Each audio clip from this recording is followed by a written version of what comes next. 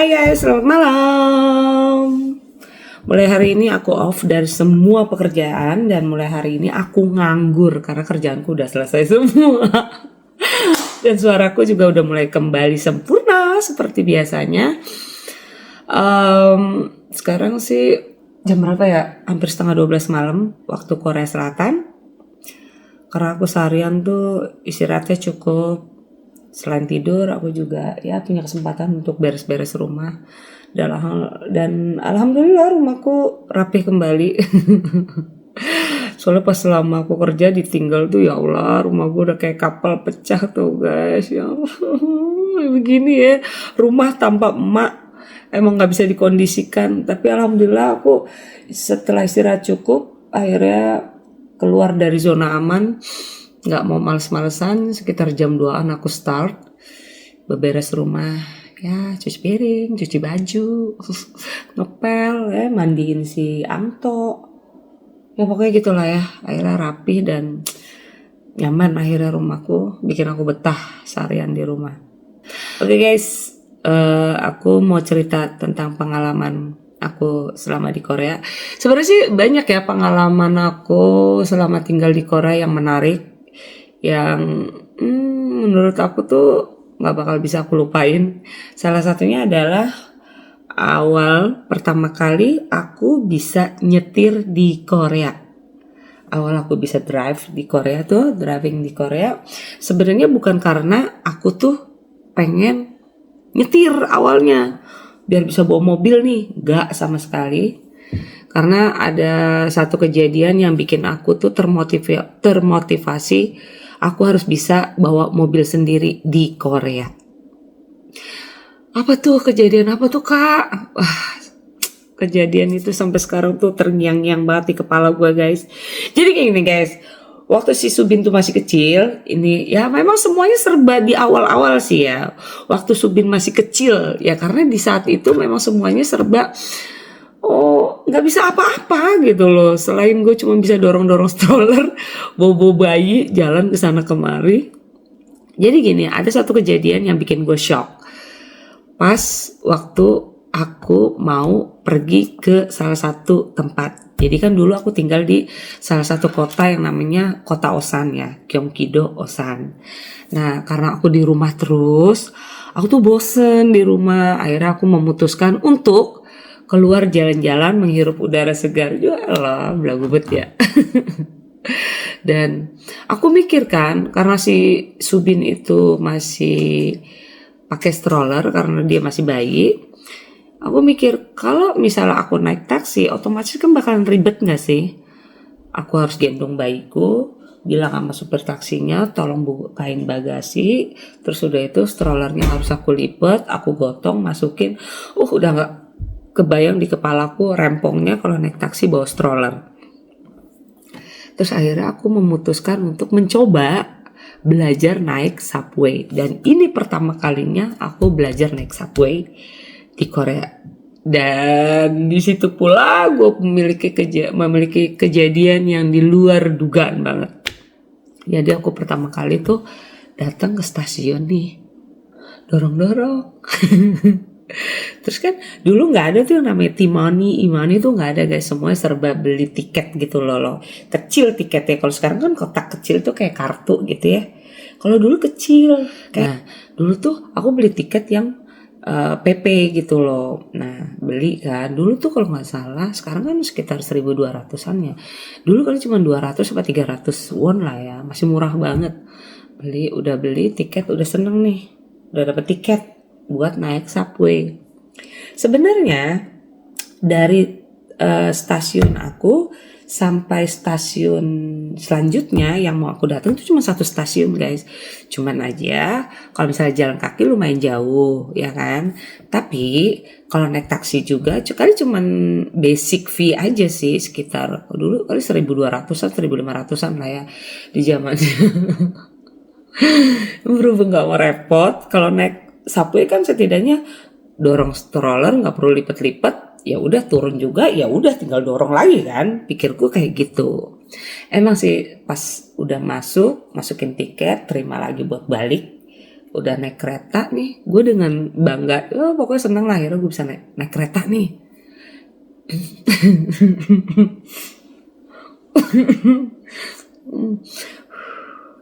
Naik kereta, gue duduk dong. Udah duduk, tiba-tiba kok gue bingung ya. Perasaan dari satu stasiun ini ke stasiun selanjutnya, itu cuma satu stasiun. Kenapa ini stasiun bablas ya kagak berhenti gitu kan? Hah? Gimana, gue udah kebingungan kan. Seharusnya gue turun di stasiun selanjutnya, tapi ini kereta bablas. Ternyata di sebelahku ini kayak tahu aku tuh kayak kebingungan gitu, terus dia nyolek kenapa gitu. Terus aku jawab dong, aku mau turun di stasiun sebelumnya tapi kok nggak berhenti ya gitu. Terus katanya, oh ini gepheng, katanya gepheng. Gep itu cepat, heng itu perjalanan cepat. Jadi intinya lah kereta cepat lah ya, kereta cepat yang tidak berhenti di setiap stasiun, hanya berhenti di stasiun-stasiun yang ditentukan aja. Nah kebetulan stasiun selanjutnya itu dia nggak berhenti di mana gue harus turun, jadi dia harus berhenti di 3 stasiun selanjutnya. Nah kan gue kebingungan dong, terus gimana dong gitu kan. Kata sebelah, udah gak usah khawatir, kamu turun aja di stasiun selanjutnya, nanti pas berhenti kamu nyebrang gitu kan, nyebrang ke lawan arah, nanti kamu naik aja dari situ untuk pergi ke stasiun yang kamu tuju gitu kan. Ya udah dikasih tahu nih sama ya pakai bahasa Korea yang sedikit-sedikit gue ngerti lah ya. Akhirnya oh iya ya udah, akhirnya gue turun tuh, gue bilang makasih ya udah dikasih tahu gitu kan. Akhirnya gue turun, nyebrang dong sesuai petunjuk ke lawan arah. Gue tunggu akhirnya kereta itu datang kan, kereta selanjutnya untuk ke lawan arah. Nah gue naik dong.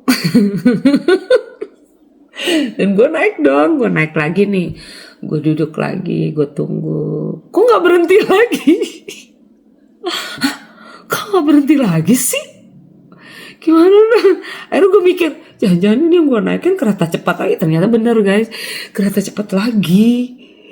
Paling pas mikir, emang kayaknya nggak baca? Enggak, gue waktu itu nggak begitu paham Hangul gitu loh. Akhirnya gue bablas lagi dong ke stasiun yang pertama kali gue naik. Gue turun di situ. Akhirnya, saking gue keselnya, gue telepon bapaknya anak-anak. Gue ceritain kan, ini gini-gini gitu, ini gimana gitu. Terus bapaknya anak-anak bilang, lu kenapa kagak naik taksi aja, kenapa lu naik kereta? Gue ceritain dong, kalau naik taksi ya ribet karena harus ngelipet stroller. Dulu kan stroller itu nggak bisa kayak zaman sekarang ya, strollernya bisa dilipet macam-macam sampai ngecil gitu loh guys. Stroller dulu tuh lipetannya tuh gede, jadi kalau misal diangkat ya udah berat, lipetannya tuh nggak simple gitu loh. Kadang tutup bagasinya si taksi itu nggak ketutup secara sempurna gitu loh. Akhirnya kata bapaknya, ya udah naik taksi aja, tau gak sih? Akhirnya gue udah kesel, baru-baru gue pengen naik taksi, mood gue udah jatuh. Kalau jadi gue pulang, jadi kayak tur kereta aja. Akhirnya gue pulang, balik lagi, nggak jadi pergi. Dari situ gue mikir, andai gue bisa nyetir ya, gue gak akan serempong ini. Padahal mobil ada ya, mobil ada di parkiran doang, karena gak pernah dipakai, karena bapaknya anak-anak gak pernah di Korea. Jadi setiap dia tugas, misalnya setahun 2 tahun tuh, mobil sampai berdebu di parkiran gak ada yang pakai guys. Jadi kita cuma bayar parkir doang, bukan bayar parkir, cuma parkir doang, bayar pajak, udah gak pernah dipakai. Akhirnya gue mikir, andai gue bisa nyetir ini kayaknya enak kali ya. Akhirnya gue nyari tahu dong, ternyata kalau misalnya mau bikin SIM di Korea itu agak ribet. Itu tuh harus di waktu itu ya, sampai sekarang juga peraturan itu masih berlaku ya. Jadi kita harus kayak ikut kursus nyetir juga. Kursus nyetir itu nggak cuma kita test drive, enggak. Jadi kita tuh kayak belajar rambu-rambu lalu lintas, kayak adalah tempatnya gitu khusus tersendiri. Jadi kayak misalnya lisan, tulisan dan praktek gitu loh. Itu tuh ada kalau nggak salah per 3 bulan. Nanti kalau misalnya udah udah ikut kursus, terus kita tesnya itu nggak cuma tes drive aja, jadi tesnya tulisan juga, kayak banyak ngerjain beberapa soal lagi ya, banyak soalnya, dan tentang rambu-rambu dan nggak nggak semua orang Korea itu mudah lolos guys di zamannya itu ya. Emang SIM Korea waktu itu emang sulit banget cuman kayaknya orang Korea aja ngeluarin banyak duit dia nggak lolos, apalagi gue kan, ya kan. Kalau sekarang sih kalau tes itu katanya udah ada bahasa Inggris, udah ada beberapa bahasa. Kalau dulu tuh pure bahasa Korea semua. Jadi kayak kemungkinan gue lolos dari ulangan ulangan itu tes itu kayaknya nggak mungkin gitu loh. Akhirnya gue nyari tahu. Nah gue pernah gue pernah telepon ke kedutaan besar Korea. Akhirnya kata kedutaan besar Korea bilangnya gini, kalau kamu punya SIM dari Indonesia, kamu tinggal bawa aja ke Korea, nanti tinggal tuker katanya gitu. Jadi kamu nggak perlu test drive lagi, nggak perlu tes tulis lagi. Tapi kalau test drive kemungkinan iya, tapi itu untung-untungan kalau memang pas dibawa ke tempat penukaran SIM itu nggak perlu test drive, ya kamu tidak dapat SIM gitu loh. Gitu. Sebenarnya gue pulang dong ke Indonesia. Gue pulang tuh kebetulan ya gue bilang dah alasannya pengen pulang aja ke Indonesia bawa Subin sambil pulang kampung. Nah pas di Indonesia gue manfaatin untuk belajar setir di Indonesia selama 2 minggu ya kalau nggak salah. Terus intinya gitulah ya. Itu tahun 2006an ya guys. Tahun 2006 gue belajar nyetir di Indonesia. Lo tau nggak gue belajar nyetirnya di mana? Di Bungur, Bekasi Utara. Ada yang tahu kagak? Gue di situ belajar. Gue ngelewatin jalan-jalan kecil, malah dulu pakai kopling kan ya. Gue takut banget, tapi alhamdulillah gue berhasil. Akhirnya gue bikin SIM di Indonesia, gue dapat SIM. Setelah itu gue pulang ke Korea lagi. Begitu guys, awal mulanya aku dapat SIM. Awal mulanya juga aku termotivasi untuk bisa nyetir di Korea. Akhirnya pas pulang ke Korea, setelah itu dikasih surat kan, kayak bukan surat jaminan ya, surat yang menyatakan bahwa benar ini SIM resmi dari Indonesia. Setelah itu kan udah dapat surat dari kedutaan besar. Gue dulu bayar berapa ya, $45 apa berapa gue lupa. Gue bawa SIM-nya ke tempat penukaran SIM Korea. Nah pas gue bawa, ya Allah guys, dulu mah gampang banget, sumpah. Gue bawa, terus dalam jangka 30 menit itu gue udah dapet SIM Korea. Bayarnya waktu itu cuma 30 ribu apa ya, 30 ribuan apa 3 ribuan ya. Lupa inget deh, 30 ribu won dah pokoknya. Gue tuker terus gue langsung dapet dong SIM Korea tanpa harus gue tes tulis lah, tes drive di Korea. Cuman karena gue melorok mulu, maaf ya kegedean.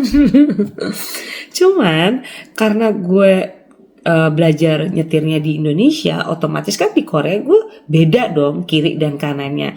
Kalau di Korea kan di kiri kan, di kiri nggak sih? Iya di kiri. Kalau di Indonesia kan kanan. Jadi untuk bisa menyesuaikan nyetir di Korea, aku ngambil les nyetir doang di Korea selama 1 minggu untuk ngebiasain aja. Di Korea itu kalau nggak salah gue dulu bayar 700 ribu won ya. Gila emang dulu tuh mahal banget guys namanya les nyetir di Korea itu. Nggak semua orang tuh bisa gitu loh. Maksudnya bisa sih bisa, tapi untuk mengeluarkan uang segitu tuh kayak gimana ya, kayak mahal banget deh pokoknya. Tapi gue tetep berani ngeluarin itu karena ya memang udah setengah jalan gue udah dapet SIM Korea, masa gue nggak nyetir, ya nggak sih. Akhirnya gue belajar, yang ngajarin tuh opa-opa Korea, opa apa aja sih ya, pokoknya ya begitulah ya. Gue diajarin, gue latihan di jalanan umum, terus dikasih tahu rambu-rambunya. Padahal gue nggak begitu bisa baca Hangul, tapi gue pakai feeling aja. Yang ntar berjalan dengan waktu pasti gue bisa lah, gue mikirnya gitu. Yang penting gue bisa ngebiasain. Yang penting minimal gue ke market, misalnya kayak ke Lotte Mart, T-Mart pada saat gue belanja, gue bisa lah, walaupun cuman satu tempat yang menurut gue tuh sering gue datengin kayak supermarket, rumah sakit yang sekitar situlah minimal. Akhirnya gue udah belajar 1 minggu, terus gue udah tenang tuh, kayaknya gue bisa deh. Cuman yang jadi masalah adalah kan mobilnya Mobilnya ada, tapi cuman setahu gua nih ya, bapaknya anak-anak itu punya kebiasaan kalau dia mau tugas keluar itu, tahu nggak sih? Kalau misalnya apa tuh mobil depannya itu depannya eh, mesinnya dibuka, ya kan? Bilangnya apa sih? Mesinnya dibuka, yang nyambung ke aki itu sama dia dilepas tuh guys. Gue sering lihat, gue pernah nanya kenapa sih dilepas gitu kan.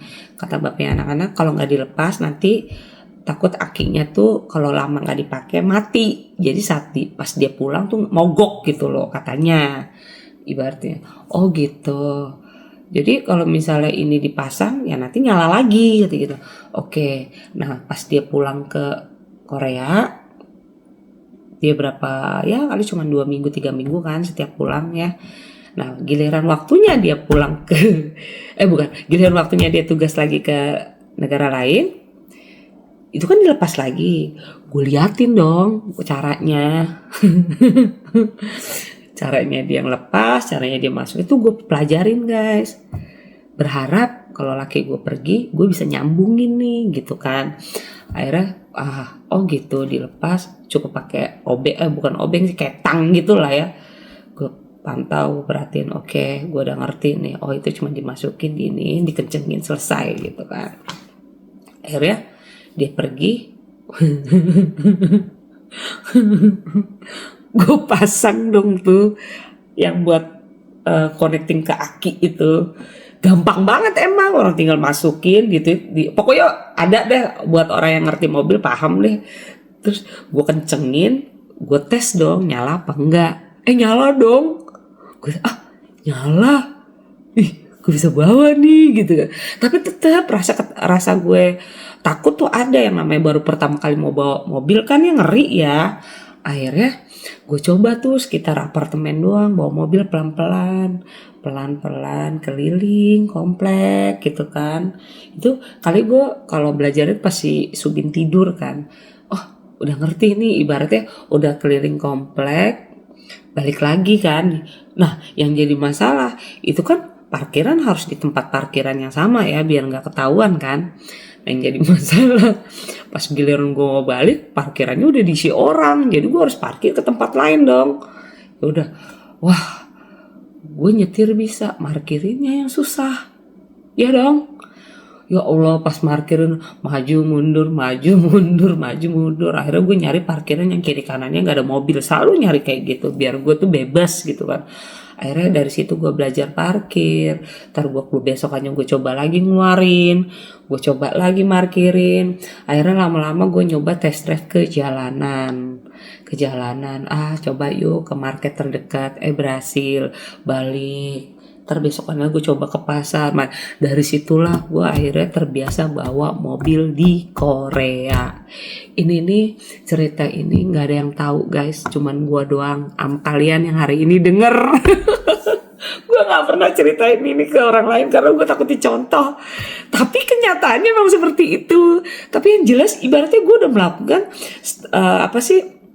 step-stepnya benar ya. Gue harus punya SIM dulu, gue latihan dulu ya kan. Di Indonesia gue juga ikut les, di Korea juga ikut les. Cuman yang jadi masalah semuanya gue pada saat gue bawa mobil pribadi gue sendiri, itu aja sih.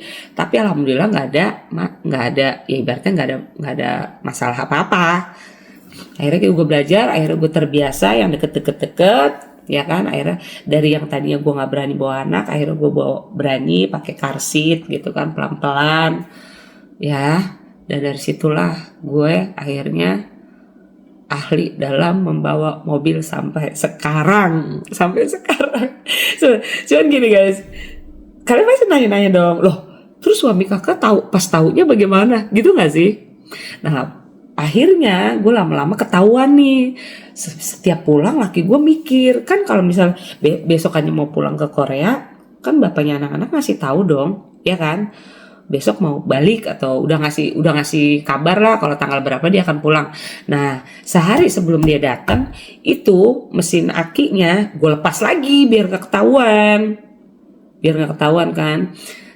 Akhirnya intinya pas dia pulang, dia mau pakai mobil, dia pasang. Emang sih dia kayaknya mikir, kayak kagak parkir di sini dah. Gue diem aja kan, ya nggak tahu gitu kan. Terus udah itu dia mikirnya, perasaan kalau gue tinggal mobil selalu kotor, kenapa bersih ya? Gue pura-pura bego aja. Nah, aneh deh gitu. Intinya pas udahlah dia mikirnya mungkin dia lupa atau ya gue alasannya gue bersihin lah habis kotor banget debu gitu kan. Akhirnya singkat cerita dia tugas lagi, terus dia balik lagi gitu kan, dia aneh lagi, ini aneh deh. Akhirnya dia kayak curiga ke gue gitu, lu jujur deh, lu yang bawa ya gitu. Akhirnya gue jujur dong, iya gue yang bawa.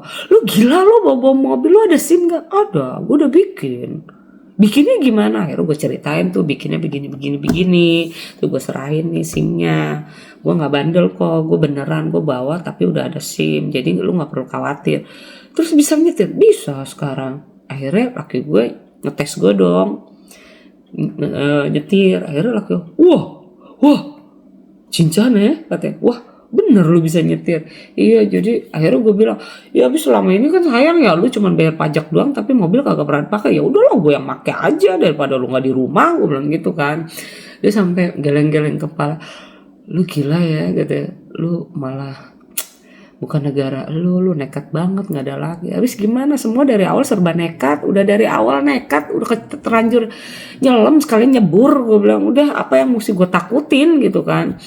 Lagian dengan cara gini gue biar nggak ribet bawa bayi kemana-mana gitu. Akhirnya ya udah, akhirnya bapak anak-anak percayain gue, cuman dia pesen. Akhirnya dia bilang gini, cuman ya nih gitu kan, kalau kemarin kamu bawa mobil itu syukur deh kamu nggak ngalamin apa-apa gitu. Sebenarnya kalau seandainya kamu bawa terus tiba-tiba kamu amit-amit ya kata dia terjadi hal yang tidak diinginkan, ini kan asuransinya cuma asuransi dia gitu, karena maksudnya asuransi atas nama bapaknya anak-anak aja. Soalnya kan yang nyetir dia doang, setaunya dia dari awal. Jadi cuma dimasukin asuransi dia sama asuransi penumpang yaitu istri dan anak gitu.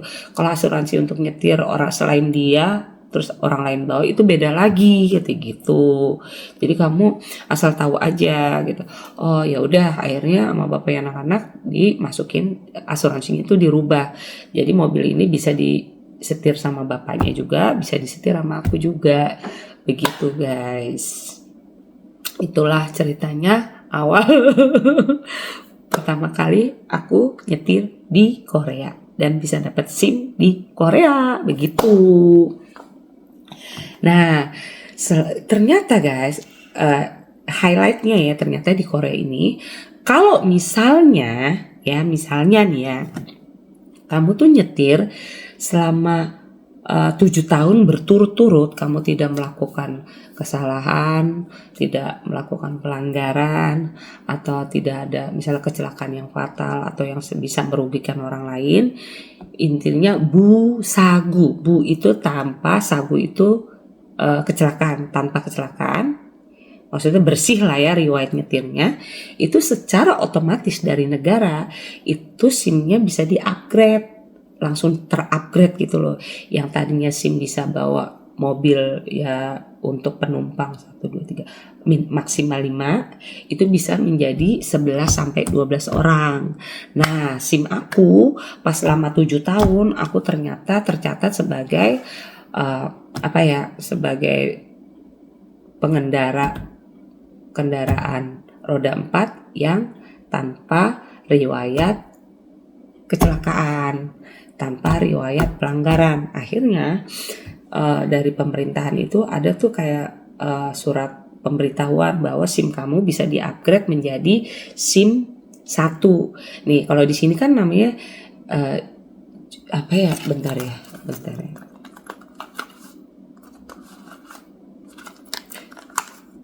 Nih. Gini kan. Tuh ada tulisan I. Nah, kalau yang standarnya itu yang I. Ijong botong. Kalau yang atasnya itu udah di-upgrade secara otomatis, jadi ilcong botong, jadi intinya aku bisa bawa kendaraan yang lumayan besar. Begitu. Ini SIM aku. SIMnya cakep guys, mengkilat-kilat gitu. Ya gitulah, mungkin aku beruntung ya. Maksudnya ya modal nekat, akhirnya aku mahir nyetir di Korea. Terus dia dapat upgrade SIM secara otomatis dengan riwayat yang baik. Ya pokoknya gitulah ya pengalaman aku pertama kali nyetir dan dapat SIM di Korea. Kayaknya emang nasib gue tuh emang ditakdirin emang nekatan sih, dan laki gue emang ditakdir dapat bini kayak gue gitu. Ya udahlah, yang penting dia anteng gitu.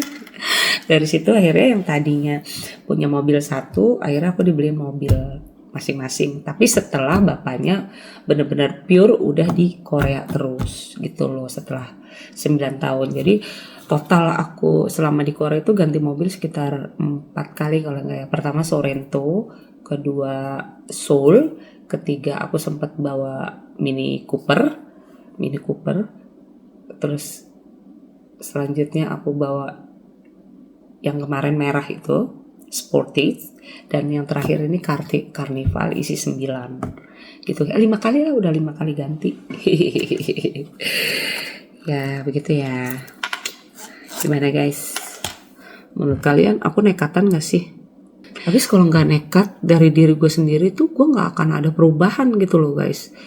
Jadi ya memang keadaannya membuat aku harus menjadi cewek nekat saat itu. Kalau enggak ya gue susah terus. Ya gak sih? Oke, cerita aku sampai di sini. Nanti aku terusin ke cerita yang lain lagi. Aku harus inget-inget sih. Cerita tentang kecopetan apa ya untuk selanjutnya. Oke deh. Bye bye. Annyeong.